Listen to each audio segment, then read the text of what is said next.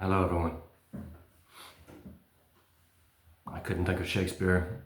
Couldn't think of anything. There's some that I know that I haven't recited yet. Typically, I like to learn new Shakespeare. I haven't really had the opportunity. I woke up this morning and started writing my letter. Continued writing on my letter to Alan Moore, which I realized when I was auditioning was laid open. I don't know. I'm sure someone was reading it. You know, they had to, but it didn't say much. But something about Quentin. Right. So it's Monday morning. Right. Quentin's shooting the movie Critic right now. The continuing adventures of Cliff Booth is a fuck you to me. Right? Because Cliff Booth and Brad Pitt are the same person. Right? So it could have been the movie Critic with me. Right? But now it's the continuing adventures of the wife beater. Right? And that's the condition. Right? There's no David Fincher, there's no Netflix, it's Stacey Sher, it's Sony. Right? They've already applied for an untitled Quentin Tarantino project in December, which is just the continuation of the continuation. Right? That these are the games that they play. Right? These are the games that he plays and that they insulate. Right? Sony Pictures and William Morris Endeavor.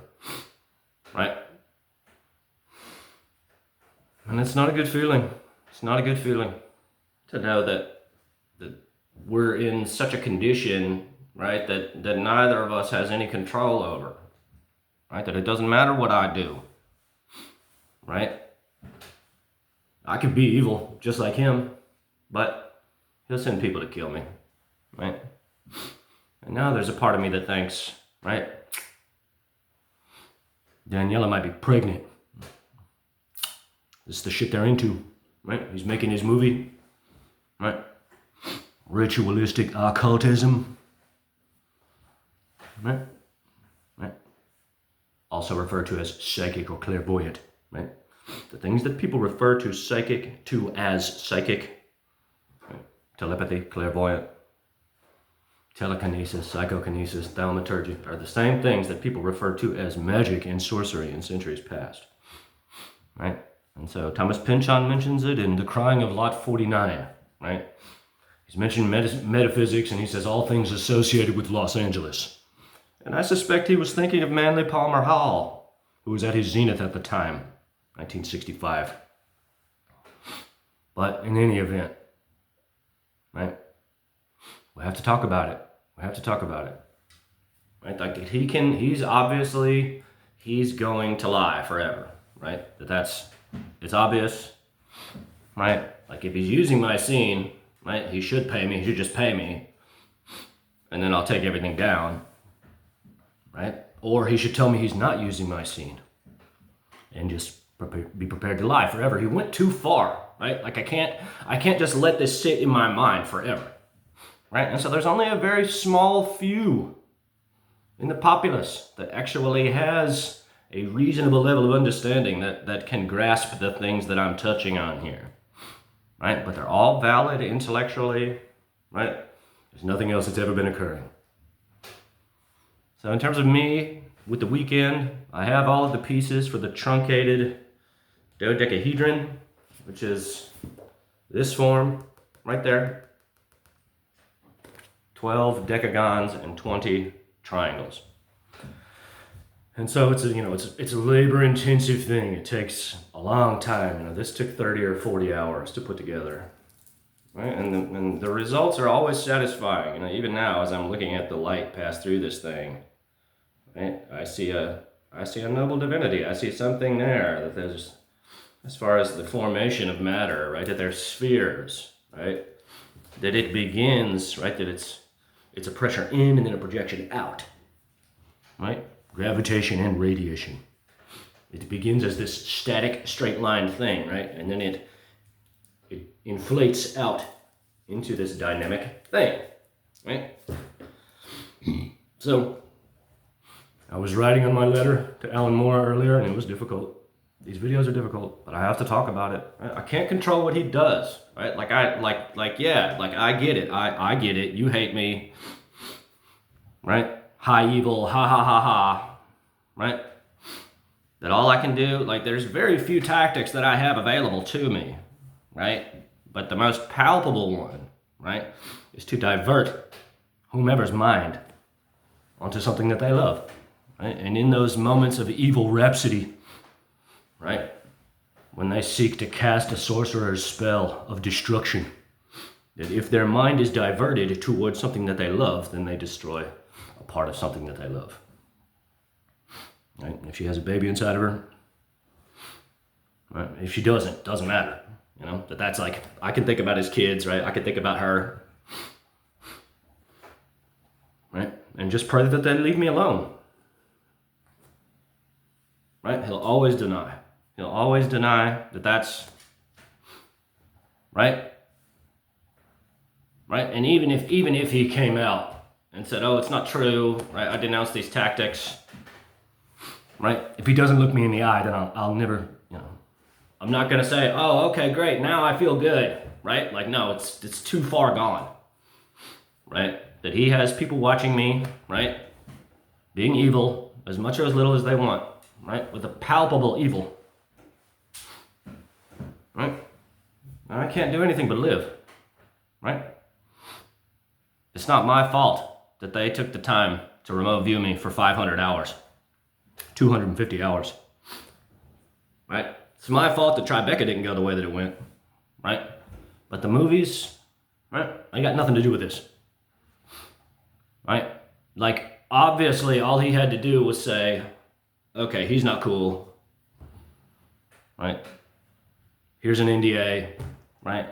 Money for the scene, or don't use the scene. I don't know. I suspect this is about the scene, but I don't know. You know, like, just make a statement, one way or the other. Right? So we're talking about it, right? Alan Moore is one of the few people who can understand. That's why I'm writing him. And it's going to be a long letter. But I am going to start working on the truncated dodecahedron today, and that will occupy most of my day. I suppose I'll stop. I don't really know what else to say. All of life is expressing a noble divinity. And at the highest levels of that expression is the concept of a clairvoyant or a psychic. Right, who's so tapped into the structural hologram of space that they can behave like God the Father. Quentin is a powerful, dangerous psychic clairvoyant who uses his mind, him and the people around him, to torture me and try to destroy me.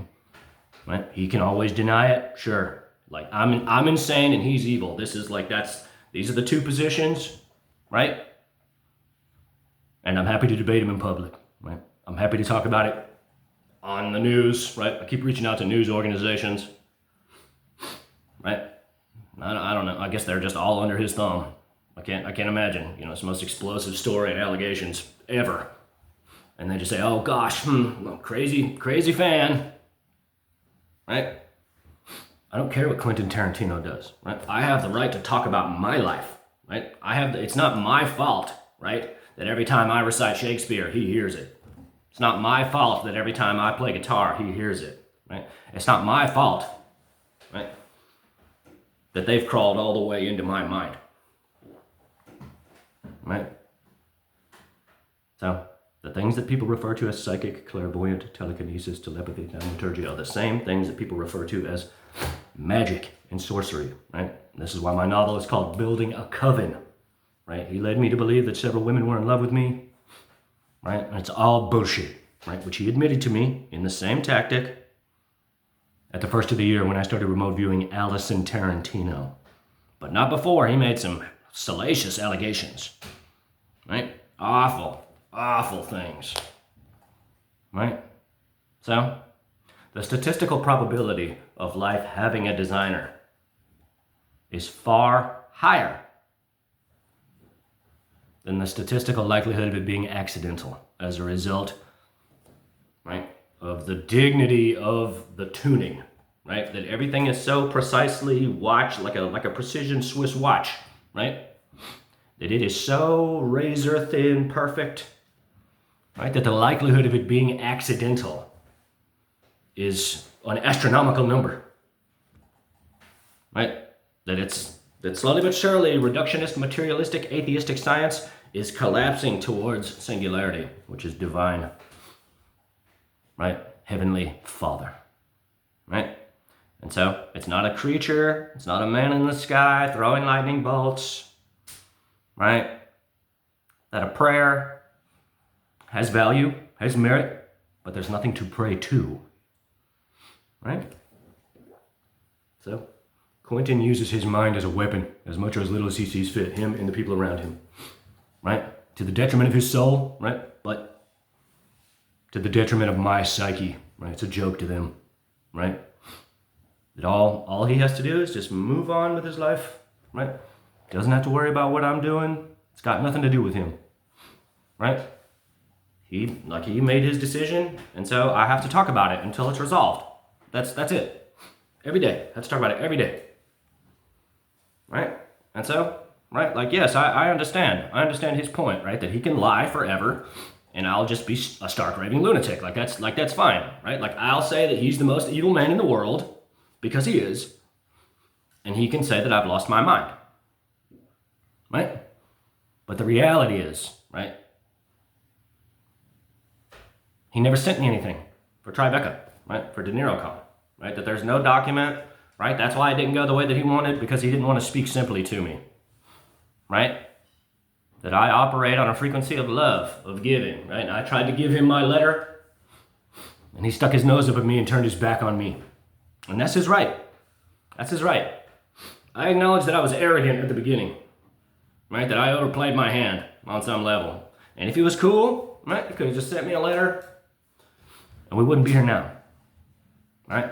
But my guilt compounded upon itself, right? And I sacrificed everything for him, right? And he's gonna look everyone in his life in the eye and lie, right? Mike Simpson cannot lie about me, right? Because I wrote him a number of times, right? I dropped off a number of letters while I was on the street in LA, right? Right? That he can say, oh, he lost his mind, right? But he can't say that I wasn't trying to resolve it, right? Amicably, reasonably, right? Like, what does he have to say about it? Right? Did you really just tell them, oh, I'm handling it? And they said, okay. Right?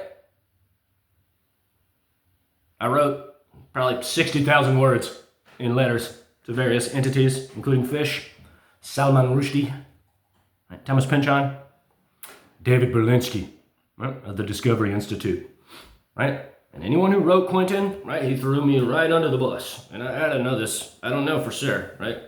I don't know, because no one wants to reply to me, right? But I suspect that Fish and David Berlinski both wrote. And he said slanderous, libelous things to me, right? Because I asked them to show me what they received that involved me, and they have nothing to say. So if the truth of the matter was just that I'm unwell in my mind, right? Why wouldn't they scan the documents, send them to me, and say, we could tell you're struggling, we love you, thank you for supporting us, right? You're always welcome at our events, right, in terms of Fish. When David Berlinski speaks, instead they would rather say nothing, right? And so that tells me everything I need to hear, right? That Quentin's hovering over them like a psychic vampire, because that's what he is, saying, no, he can sue. Right? And if I sue anybody now, it'll be them, 100%. And it won't be for $5 either, right? But that's what he wanted me to do. He wanted me to sue, right? So I took a job sorting trash, and he thought that it was funnier, right, to traumatize me all day, every day I was working. And so eventually, right, he did it. He got me, you know. He got me to quit my job. We're done working. No, this is my whole life. This is everything, right? Right? That he hovered over me like an asshole, right? Because I was obliged to sort trash. That they had tasked me with something. They said, oh no, you stand here and you sort trash. And I was doing it, right? I was a huge hit, right? But that gave him license to make a joke of my life, right? To make a joke of my mind and my body, to use me like a hideous, ugly voodoo pincushion doll, right? And so now, right, we're just talking about it. I get it.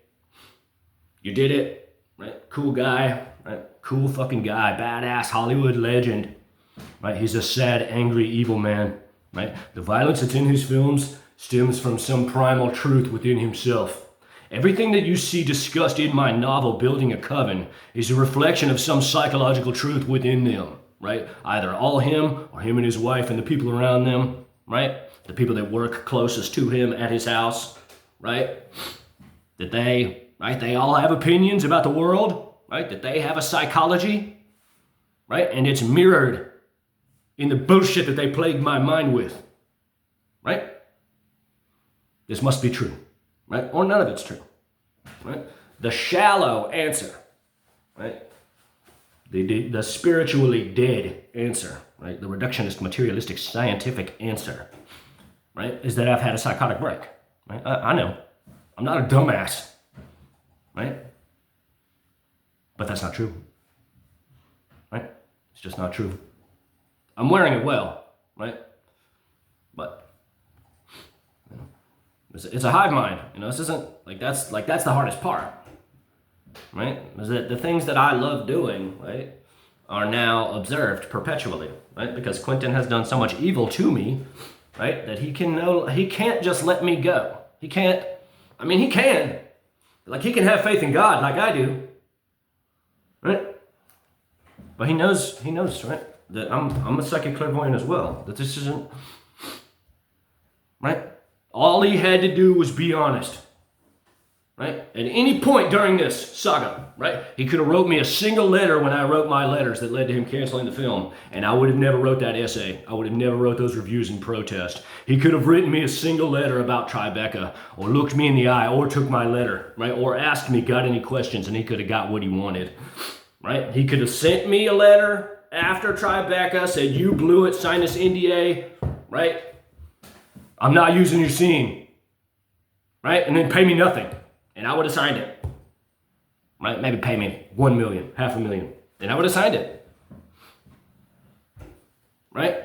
Instead, he would rather cross his arms and go, no, I'm the psychic in this formula, so I destroy his mind because he didn't give me what I want, which is the pinnacle of evil. That's the point.